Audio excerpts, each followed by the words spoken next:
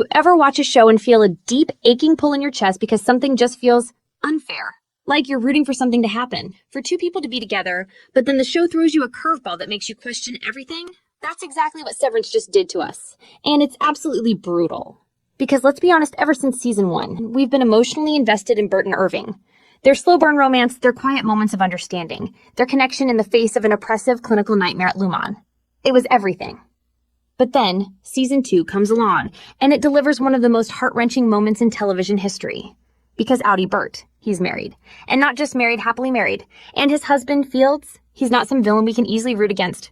No, he's likable. And that changes everything. But why? Why did Severance have to do this to us? Why introduce Fields as a good, kind, loving partner instead of an obstacle to be removed? Why make this situation so painfully real? Let's break it down. From the moment we met Irving and Burt in season 1, there was something different about them. A spark. A connection that felt warm in a place that was so cold. The severed floor was designed to keep people apart, to keep them isolated. But Burt and Irving found each other anyway. Through art, through stolen moments, through a rebellion against the very system that tried to break them. And when Burt was forced to retire, we felt Irving's heartbreak in our own bones. And then boom, season 2, Irving's Annie finally gets out. And what does he do? He goes looking for Burt.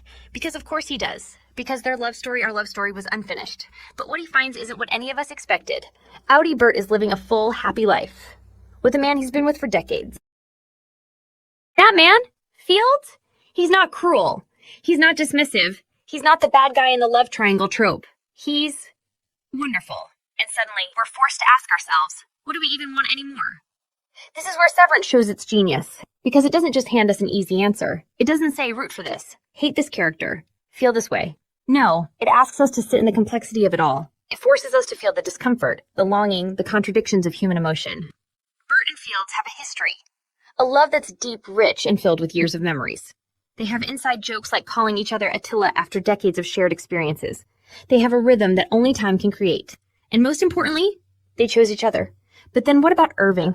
What about the version of Burt who fell in love with him? Was that love any less real? And here's where things get even more complicated, because this isn't just about romance, it's about identity. It's about selfhood. It's about the core of what Severance is trying to explore.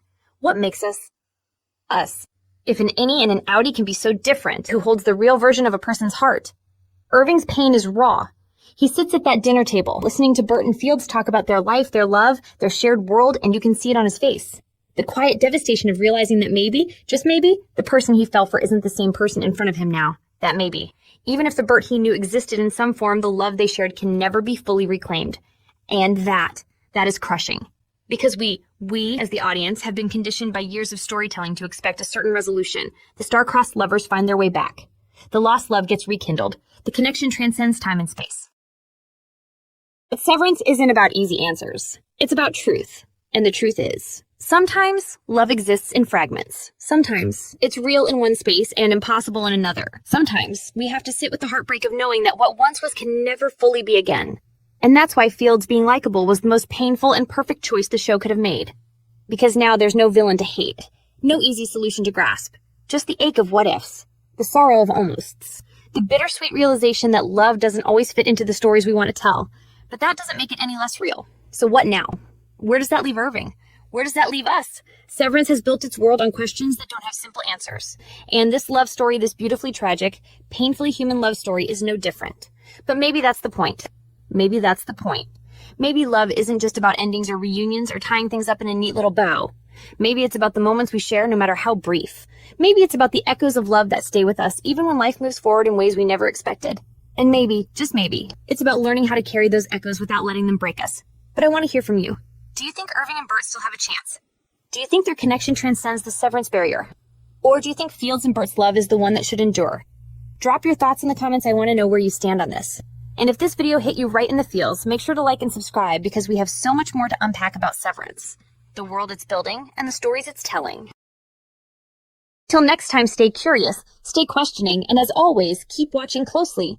Because with a show like Severance, you never know what's coming next. Let's dig deeper. What does Severance say about memory, love, and choice?